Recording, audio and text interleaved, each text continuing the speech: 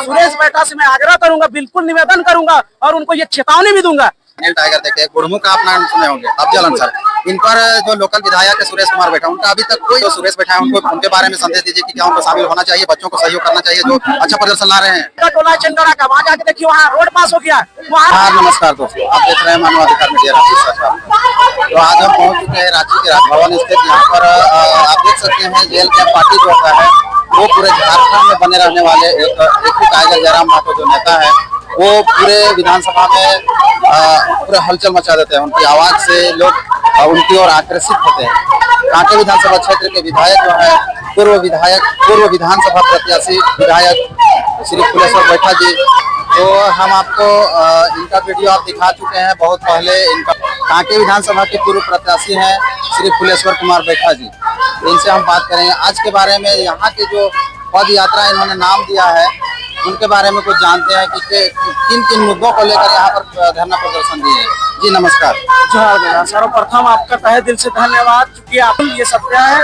और आज जो हम लोग यहाँ पहुँचे हैं खतियानी पदयात्रा करके, जो कि हमारा उप राजधानी दुमका से चलकर अमित मंडल जी के नेतृत्व में यहाँ राजधानी पहुंची है राज्यपाल को ज्ञापन सौंपने के लिए, हमारे मुख्य मांगों के लिए। तो हमारा जो ये प्रमुख मांग, ये ना केवल हमारा है, ये अपितु पूर्ण झारखंडियों का है, पूर्ण झारखंड के लोगों का है, उनके अस्तित्व उनके सम्मान का है कि हमारा जो 1932 का खतियान है वो लागू हो, वो हमारा, ताकि जो हमारा नियोजन नीति बने हमारे हक में बने, ना कि बाहरियों को इसपे उसका अधिकार मिले। आज बहाली होती है तो बाहर के लोग का बहुलता होती है, आज कुछ भी नीति नियम बनती है तो बाहर के लोग लाभ ले रहे हैं। जिस तरह से देख रहे हैं लोगों का यहाँ पर जमावड़ा, उस तरह से लग रहा है प्रदर्शन काफी होने वाला, आगे की उम्मीद है।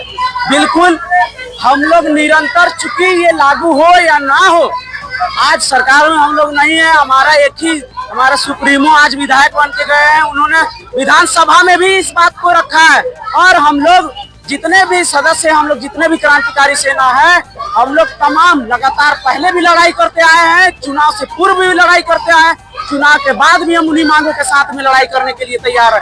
हम ना कि कांग्रेस हो, बीजेपी हो, ये जेएमएम हो, आजसू हो, उनकी तरह हम लोग बात को बदलते नहीं कि चुनाव आया तो चुनाव के टाइम में आप केवल इस मुद्दा को उठा दिए 2 महीना पहले, चुनाव खत्म, 6 महीना बीतने जा रहा है। आप देखिए किस दिन उन्होंने बात किया कि हमारा 1932 खतियान लागू होना चाहिए, हमारे आदिवासी मूलवासी को संरक्षण मिलना चाहिए, हमारे यहाँ के जो लोकल है उनको उनका हक अधिकार मिलना चाहिए, कभी बात नहीं हुई।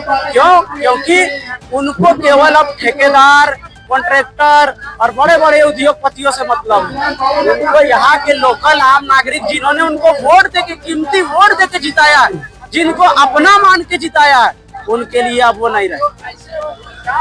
हम आपके साथ हमेशा बात करते रहते थे पहले विधानसभा चुनाव के समय, अभी क्या क्षेत्र में आप नजर नहीं आते हैं, थोड़ा कम नजर आ रहे हैं अपने विधानसभा से कांके में? देखिए, हमारा विधानसभा में मैं पूर्णतः अभी एक्टिव हूँ और आगे आने वाले समय पे भी रहूंगा। आपने जैसे मेरा अभी मैं पीएचडी का छात्र भी हूँ, तो थोड़ा सा है कि हमारे जो कॉलेज के कैरिकुलम थे, अभी वाइवा वगैरह थे हमारे सेमेस्टर के, तो उस वजह से मैं थोड़ा सा कॉलेज पे ज्यादा ये करके रखा था। लेकिन बात ये है कि अभी मैं पूर्णतः अपने क्षेत्र को आगे ले जाने के लिए उनकी हर समस्या, चाहे आपका खतियान का मांग हो, चाहे हमारे क्षेत्र का, आप जाके देखिए अभी रिम्स 2 का जो विरोध कर रहा है आदमी, यहाँ दिखा कुछ नहीं रहा है। आप वहाँ जो विधायक बने हैं साफ हाथ खड़ा कर दिए कि ये मेरे बस की बात नहीं है। क्यों? क्योंकि उन्हीं की पार्टी ने घोषणा की है।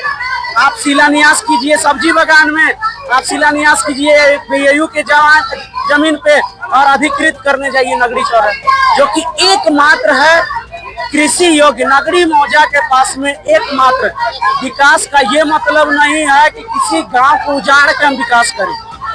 आपको उनके हक अधिकार के बारे में सोचे ही नहीं, अभी नहीं। अच्छा, अपने विधानसभा के बारे में अगर बात शुरू कर ही दी है तो इनके बारे में ही ज्यादा कुछ बात कर रहे हैं। जिस तरह से लोकसभा विधानसभा चुनाव के बाद से आप देख सकते हैं कि पिछले बार हुआ था अनिल टाइगर की हत्या, उनके बाद 2-3 दिन पहले आप देख सकते हैं मंदिर में हुआ, आत्महत्या किया गया और थाना के सामने। ये इस पर क्या सवाल, प्रशासन पर सवाल खड़ा हुआ? बिल्कुल, कांके विधानसभा में जितनी भी ब्लॉक है, जितने भी क्षेत्र है, थाना बिल्कुल प्रशासन नीरस हो चुका है, उन्हें कमी हो चुकी है, उनके कोई काम नहीं है।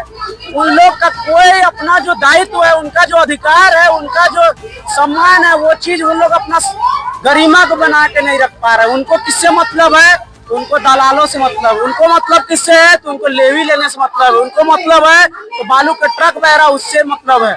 उनको ये मतलब नहीं है कि क्षेत्र में कितनी परेशानी है, क्षेत्र में कितने लोग जाग रहे हैं, कितने लोग मर रहे हैं, कहाँ कांड हो रहा है, ये नहीं। आप विगत आप बोले, बहुत अच्छी बात बोली। अनिल टाइगर का मात्र जो है घटना जो हुआ है वो थाना के करीब 50 मीटर दूरी पर हुआ, लेकिन उसके कुछ दिन बाद फिर यहाँ पे आपका चांदनी चौक के पास में होता है घटना। आज उसी कैंपस में जहाँ अनिल टाइगर का मृत्यु हुआ, उसी कैंपस के मंदिर में कहने के लिए आत्महत्या कहा जा रहा है, लेकिन क्या है अभी तक हमें तो नहीं लगता है कि आदमी मंदिर में आके आत्महत्या करेगी आके। तो ये सब चीजें बहुत अनुचित है। प्रशासन पूरी तरह से विफल हो गया। सरकार जो है एक शांति बनाए रखने में पूरी तरह से विफल हो चुका है। उनका कोई अथी नहीं रह गया। हमारे विधानसभा में जिस तरह से 4 हत्याएं हो चुकी हैं, एक चांदनी चौक में, एक कल परसों आप आत्महत्या वाला देखे, अनिल टाइगर देखे, गुड़मू का आप नाम सुने होंगे, अफजल अंसार। इन पर जो लोकल विधायक है सुरेश कुमार बेटा, उनका अभी तक कोई स्टेटमेंट नहीं आया। इसके बारे में कुछ बताइए। देखिए, हम अभी भी बोले कि लोकल विधायक को अपने क्षेत्र का ध्यान देना चाहिए कि उनकी क्या समस्या है जनता की, लेकिन आज विधायक जी क्या कर रहे हैं? अपना देख रहे हैं इनकम कहाँ से आएगा। आज लोग यहाँ देख रहे हैं कि कहीं कुछ हत्या हो रही है, कहीं कुछ हो रहा है, उस पर वो संज्ञान नहीं ले रहे। यही चीज अब चुनाव से पहले होता तो वहाँ हा करने सब पहुंच जाता कि हम ही हैं आगे, हम ही तुमरा थी है, सब कर्मधार है। लेकिन अब जब चुनाव जीत गए हैं, केवल उनको शादी ब्याह से मतलब है। ऐसी जो शांति भंग हो रही उन घटनाओं से उनको कोई मतलब नहीं है। आप ठीक बोले कि हत्या वहाँ हुआ, जो कि एक निंदनीय था, थोड़ा सा जमीन के लिए किया, लेकिन आज सोचिए कि उस पे आप विधायक नहीं विचार दीजिएगा, आप अपना बात नहीं रखिएगा, ये दुर्भाग्य है। आप पूरे क्षेत्र के लिए विधायक है, ना कि किसी एक पार्टी के लिए। चुनाव होती है, चुनाव के टाइम में आप एक पार्टी के हैं, चुनाव खत्म होने के पश्चात आप पूरे क्षेत्र का विधायक हैं, तो आपको पूरे क्षेत्र का आपको ध्यान रखना होगा। हर एक क्षेत्र में ये नहीं कि आपको ये नहीं पूछना चाहिए कि आप हमको वोट दिए हैं कि नहीं, हमारे वोट दिए हैं कि नहीं, ये सब देख के नहीं किया जाता है ये सब चीज। हमारा ये कहना है कि हत्या हुआ या फिर कुछ भी हुआ, कुछ भी विधायक को तुरंत उनका स्टेटमेंट आना चाहिए मीडिया में। दूसरा बात कि बहुत से बच्चों ने 10वीं की 12वीं की जो अच्छा प्रदर्शन लाया है, उनके बारे में भी सोशल मीडिया में बहुत वायरल हुआ, लेकिन कभी उनका सहयोग करते हुए नजर नहीं आया। उसके बारे में कुछ बताइए। साफ तौर पे एक ही कहना है कि यहाँ सभी नेता अपना उल्लू सीधा कर रहे हैं और कोई मतलब नहीं। चुनाव से पहले आप उनके सगे हैं, उनके अपने हैं, उनके माँ बाप से भी ज्यादा अपने हैं। चुनाव खत्म होते के साथ ही आप एकदम अपने हैं उनके हो जाते हैं, उनके पराये सीधा हो जा रहा है। उनको केवल अपना कौन होगा? अगर आप कॉन्ट्रैक्टर है, अगर आप बालू माफिया है, अगर आप जमीन दलाल है, अगर आप किसी जगह आउटसोर्सिंग कंपनी का कॉन्ट्रैक्टर है, वो आप अपने हैं। क्योंकि आप ग्रामीणों का, मजदूरों का, हमारा लोकल लोगों का हक अधिकार मार के उनको पैसा दीजिएगा, तो इसलिए आप उनका अपना है, नहीं तो नहीं। आप कहीं भी कुछ घटना होती है, विधायक उसके क्षेत्र का है, उसको तुरंत एक्शन लेना चाहिए, तुरंत बयान देना चाहिए, हो या ना हो। उनको प्रशासन को बोलना चाहिए कि इसकी निष्पक्षता से जांच हो, लेकिन कहीं कुछ बयान नहीं आ रहा है, कहीं वो एक्टिव नहीं दिख रहे। एक्टिव कहाँ दिख रहा है? शादी ब्याह में और कहीं नहीं। आज देखिए कि हमारा एक निरंतर आपको बता दे रहे हैं कि हमारा कांके विधानसभा क्षेत्र में आपका बंदर मुता टोला है चंदगढ़ा का, वहाँ जाके देखिए, वहाँ रोड पास हो गया, वहाँ इंजीनियर पैसा मांग रहा है ग्रामीण से, वहाँ का ठेकेदार पैसा मांग रहा है ग्रामीण से। आप मोरहा चल के देखिए, आज भी रोड नहीं है वहाँ। लेकिन उन सब मुद्दों पे क्या मतलब है विधायक को? उनको मतलब है कि कौन कॉन्ट्रैक्टर उसको पैसा देगा, कौन कॉन्ट्रैक्टर से उसको माल मिलेगा। अगर नहीं आप देने वाले हैं तो आप लिख लीजिए कि आपके यहाँ विकास नहीं होगा। तो अभी हम आप पर भी एक सवाल खड़ा करते हैं। जो सवाल हमने उनसे उनके बारे में किया वो सवाल हम भी आपसे कर सकते हैं, क्योंकि आपके बारे में हमें पता है कि आप जीते हुए प्रत्याशी नहीं, हारे हुए हैं, लेकिन कहीं पर भी थोड़ा सा कुछ न कुछ शामिल होइए, मेरा करना है। बिल्कुल बिल्कुल।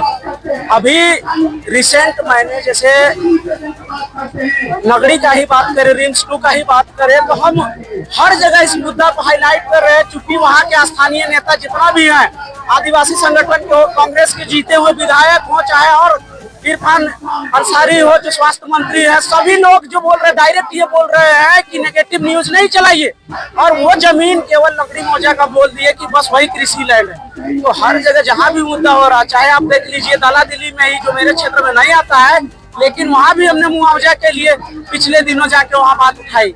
आज जहाँ भी कुछ हो रहा है हम जा रहे हैं। हमारे पास थोड़ा सा आवागमन का थोड़ा सुविधा कम है, तो अपने पास संसाधन नहीं है, जिस कारण हम थोड़ा सा इनएक्टिव हो जाते हैं, लेकिन जरूर जहाँ भी हमको खबर आता है हम प्रयास करते हैं कि उस जगह पे जाएं। उस बात को अगर नहीं जा पाए तो अपने सोशल मीडिया हैंडल से जरूर उस बात को रखें, ताकि लोग इस बारे में बोले। आपसे मेरा मीडिया होने के नाते ये अनुरोध है कि आप हारिए या जीतिए, इलेक्शन के समय सिर्फ मत घूमिए, क्योंकि 5 साल के अंदर में जितना टाइम रहता है उस समय भी आप घूमने का प्रयास कीजिए। बिल्कुल बिल्कुल।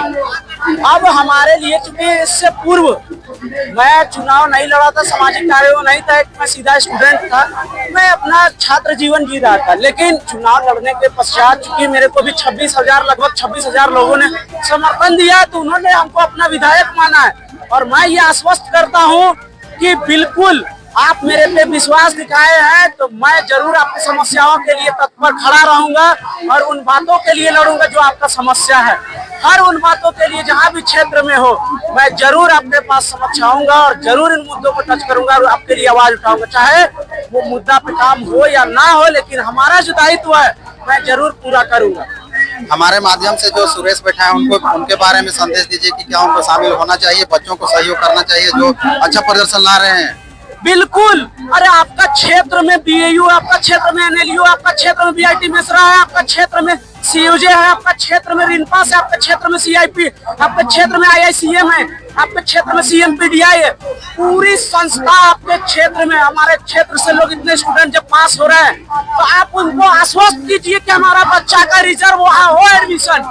आज हम लोग सब कुछ दे दिए, लेकिन जाके देखिए कि हमारा लोकल बच्चों के लिए कहीं रिजर्वेशन नहीं है, कहीं नहीं है। जब हम सारा कुछ देने के बाद अगर हमारे बच्चों के लिए कुछ नहीं है, तो हम क्यों दे अपना चीजें, हम क्यों आपको दे?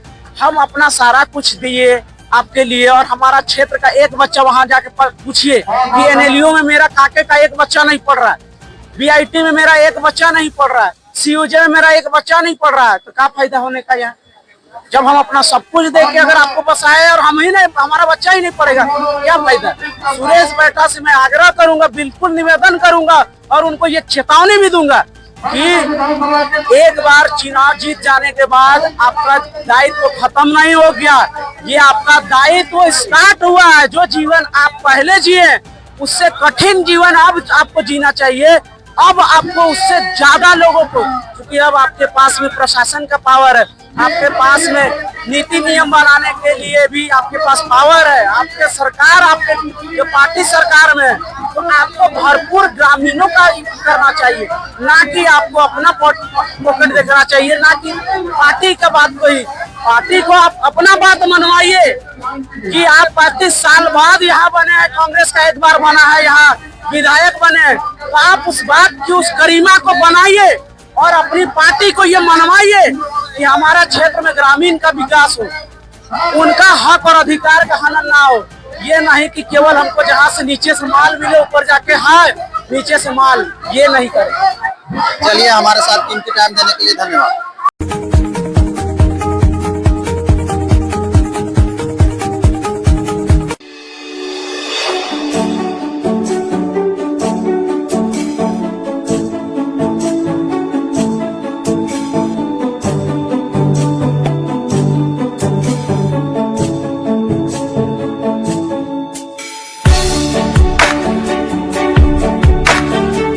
यही हम बात किए पूर्व विधायक जो है फुलेश्वर बैठा जी से। चलिए, आपको पूरा वीडियो दिखाया। आज के लिए इतना ही, शुक्रिया।